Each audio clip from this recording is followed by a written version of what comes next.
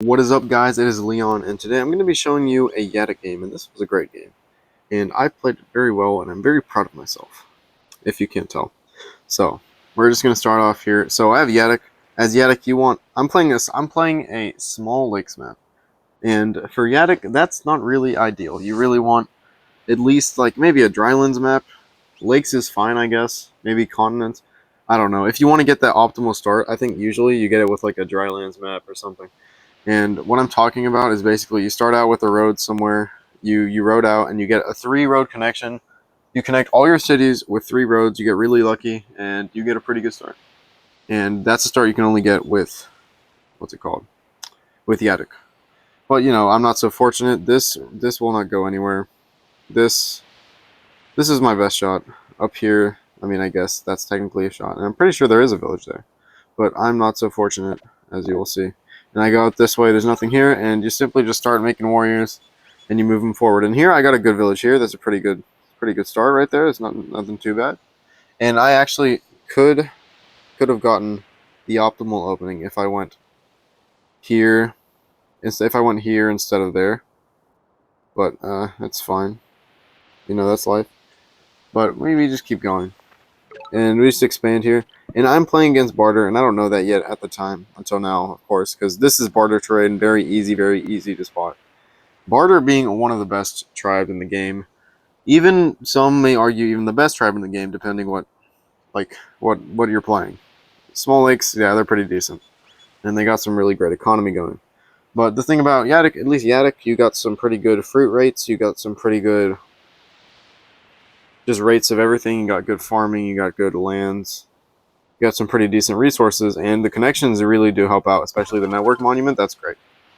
So we're just kind of moving here. We're kind of a little bit light on units because I'm just trying to level up, just trying to get the economic lead. I'm playing barter, so they have a really strong economy, and we just get the road connections here, which is great, and we get the lighthouse there, and we get an easy 5 stars like that. And then instead of just leveling up one city with the I believe it was 4 stars I had. Instead of just leveling up one city with the 6 stars, because you only get 2, 4, and then you have 2 left over, you can road, get that lighthouse, get this, it gives you 5 stars, and then you have enough. With the road connections, you have enough to level up all cities, which is a very strong advancement and a very good play by me. And you know, you got to find these plays, you got to find these economic leads, and now I'm in first as far as economy goes, and I'm leveling up all my cities, and it's looking great.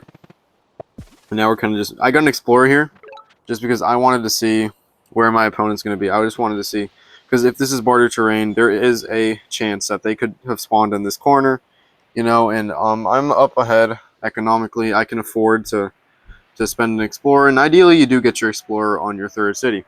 So here I am exploring, and I find barter, and I find their capital, which is absolutely wonderful. And this was a great explorer, except for it could have gone for the lighthouse, but come on, we can't be picky with explorers. They're kind of suck sometimes, and that's okay. Anyways, we're kind of here, and then I haven't gotten it yet, but I do end up eventually going for, what is it? Well, you'll see in a second. This turn?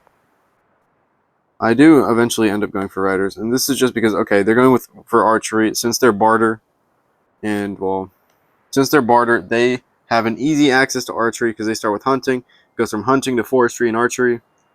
Up here, I'll show you. Hunting, forestry, and archery. And they go archery. Archery is pretty easy for them to get, you know. And, you know, barter has like 2 main routes, I'd say. You can either go rider roads or you can go for archery. Get that early defense up if you really do feel like you could lock down the position and win late game. But this is not looking to be such a match just because our capitals. My capital is a lot further, but I have roads, so it looks far. It really isn't, as far as expansion goes. And I expand this way. Specifically, I make a trip here, and I expand this way. Why? Because I can see the shorelines. And I want to thank one of my viewers that left a comment telling me how to spot these shorelines, because you know you can see this this shoreline type thing here, and I really want to thank them. Next video I will like bring up their name, because you know they deserve their name to be shouted out at the very least. Then there's definitely a landmass here, land here, land here. There's land here, obviously, and you know I expand this way and find a village, which is great. it's actually wonderful because this village density is pretty good overall. There's a ruin over here too that I'm gonna get, and I get climbing, which it could be a misplay if you really think about it, but I get climbing just to like get number one. I can get some vision, and number two, you can get the defensive bonus, and I can step on attack that archer, and that's a decent trade. And so we're gonna lose that warrior, I think. We are definitely going to lose that warrior. And I'm leaving the city open on purpose. And you're going to see me leave that city open actually often. And I'm going to tell you why. So here I just trained some warriors, trained some units, and I do believe I still haven't gotten riding. I kind of went for riding pretty late, is what I'm beginning to realize now. Anyways, we're expanding. We're expanding to the west here, and we just see, okay, so they're down here. They can't expand north because we're here. There's definitely a lake in the middle here, so they're expanding to the west. Yes, never eat soggy waffles. Yes, to the west. And they're expanding to the west over here. And we basically want to either cut them off or just want to beat them to it. Get as many villages as we can in this direction. Don't get cut off. That'd be really bad. And so now we get riding. And riding's great. And if you can't tell, I let them get into the city. Just because, okay, there's no way I'm defending this. They have 2 archers. They have 2 warriors. They're training a unit here. That's just a waste of stars. So what we can do, we can just have some warriors on standby, ready to knock out this whatever warrior decides to step in.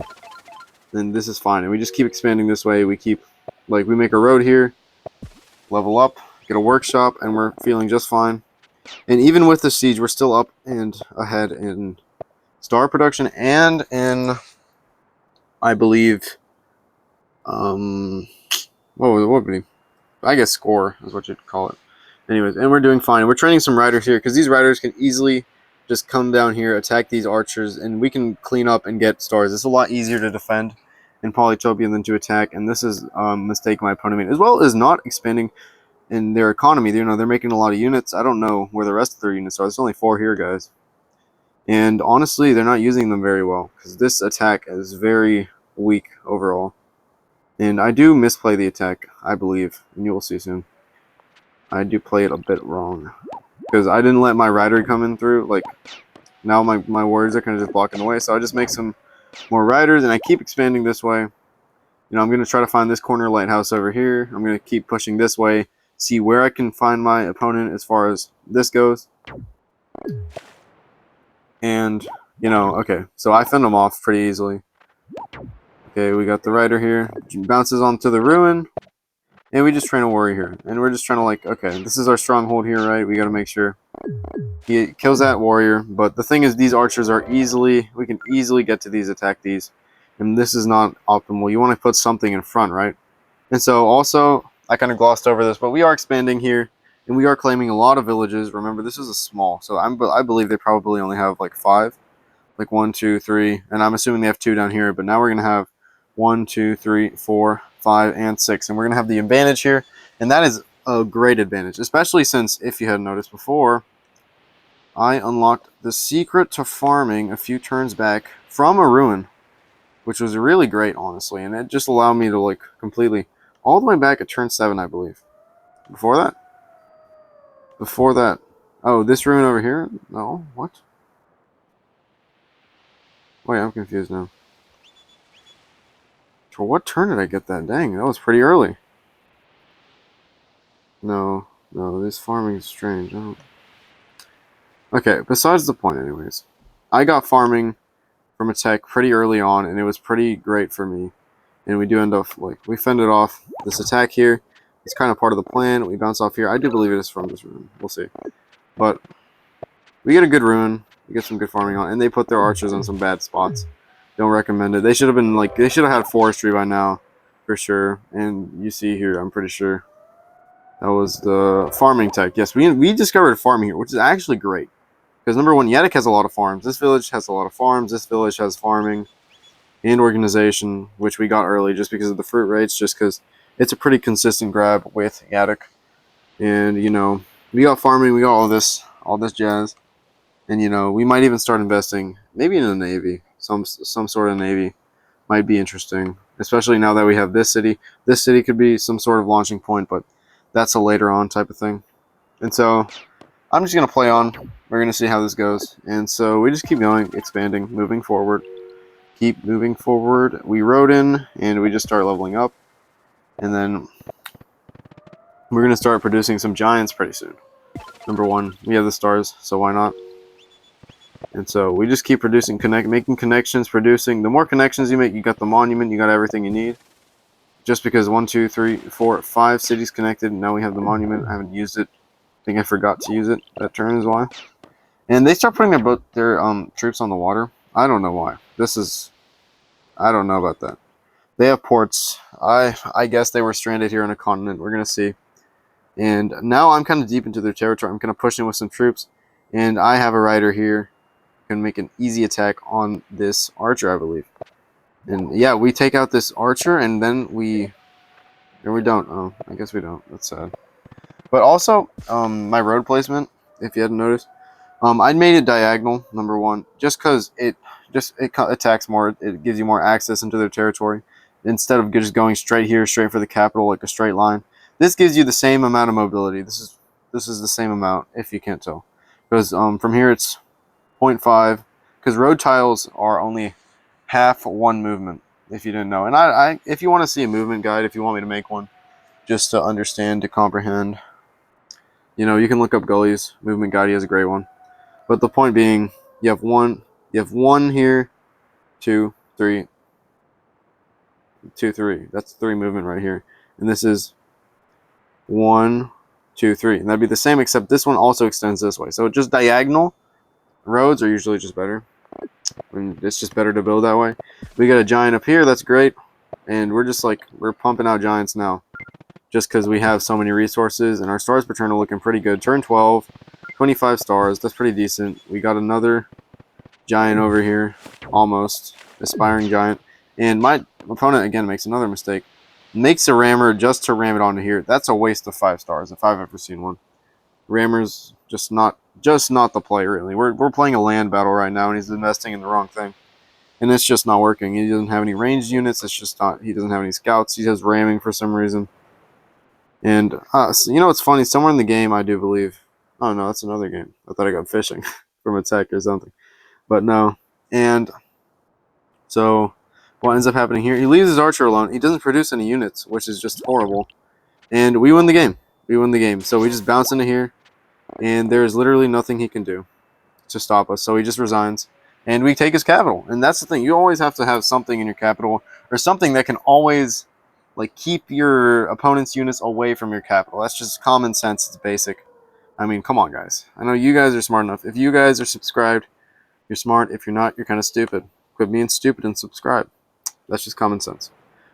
That's how they make the world go round. Didn't even get to move this giant. It's kind of sad. Anyways, thanks, guys, so much for watching. If you watched all the way through, send a comment, please. I'd like to know. And if you haven't, you don't know I'm speaking right now. We're kind of past that point, but it's still cool. Anyways, thanks for watching, guys. I really do appreciate this, and, well, have a good day.